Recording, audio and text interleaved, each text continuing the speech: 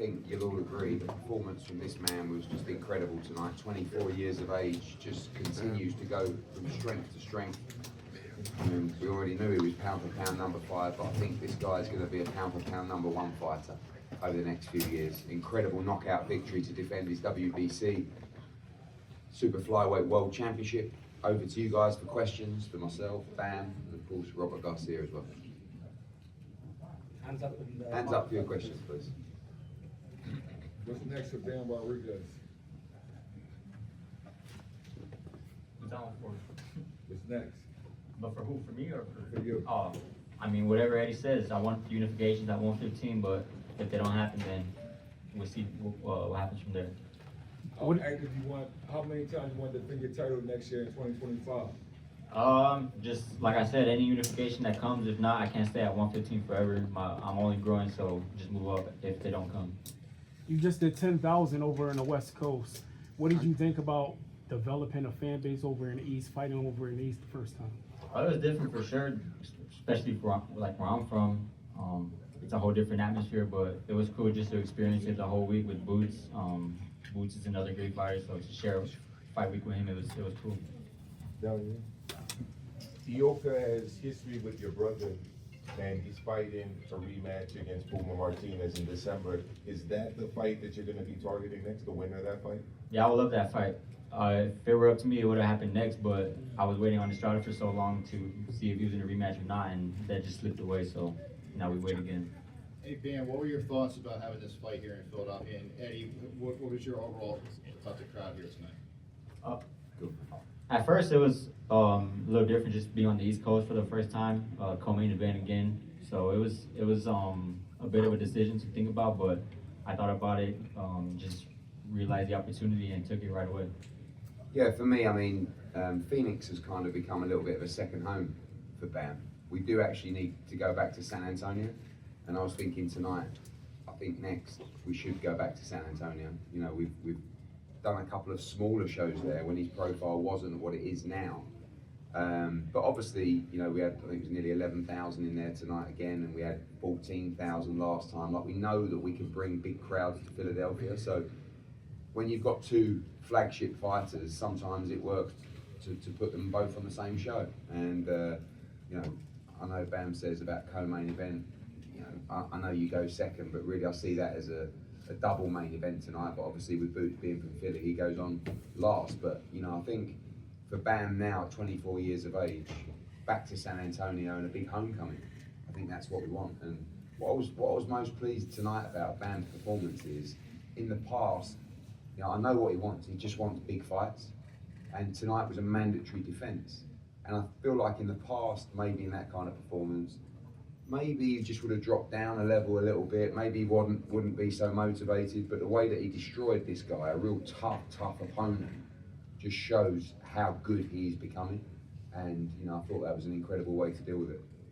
Robert Garcia, was there any like second thoughts or second guessing about coming East, taking him out of his comfort zone? There was no second thoughts, you know. It was, you know, it's great being out here, you know, different crowds and everything, but people show us nothing but love. You know, we're more than happy to come back if possible. You know, that's obviously Eddie and the promotion's job, but you know, I think Bam is definitely next time, wherever it is, it's the main event. You know, his performance showed it.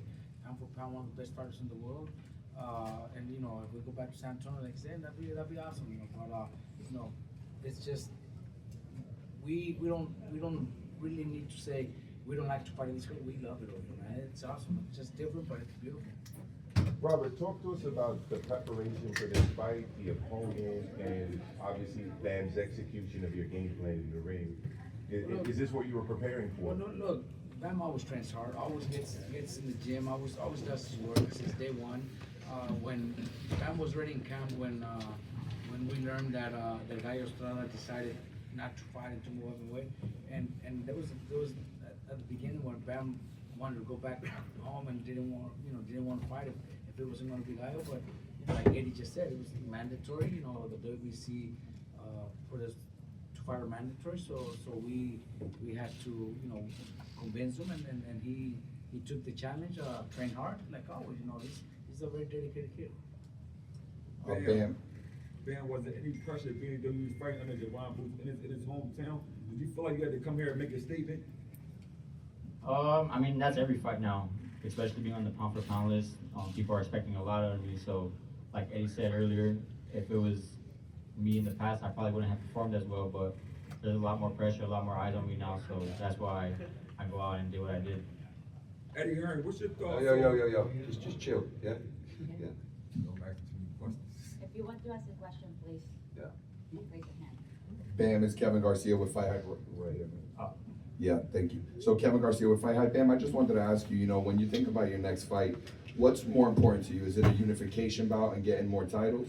Or is it a name like you had mentioned in the ring, maybe Chocolatito, which would help grow your profile? I would love the unifications, but if the fights don't happen, then the fight with Chocolatito makes sense as well. Thank you. Bam, congratulations, another huge knockout, number 3 pound for pound. But Robert turns pro, and right now for me, Robert Garcia's trainer here. Can you tell me about being with him since day one? Man, if it weren't for Robert, I wouldn't be where I'm at today. Not only does he train me, but he manages me as well. And since day one, he's put me in the right position, and it all paid off. And this is why I'm here. If it weren't for him, then I don't know where my career would have gone. Bam, George Hansen, C-Boxing Info. Just watching you, man, over the years, every fight you get better and better, and I looked at your footwork tonight, and this question is for you, Robert. What's the secret? I'm watching the footwork, it's amazing. You don't teach stuff like that. You practice it. Obviously, you practice it, and I could try to teach it to other guys, and they'll never be able to do it. He just has that.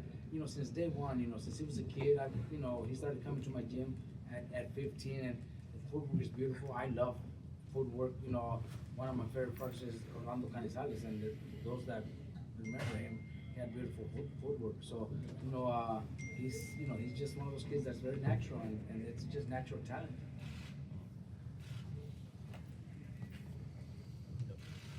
Hey, Bam, congratulations on your victory today. Thank you. Tonight. What are your thoughts on being a part of a Riyadh season card? I mean, that'd be amazing. I've seen those kind of cards. I've even actually went to the one in LA, and those are dope. So to be a part of something like that would be cool. Hopefully in the future I'll be put on the card.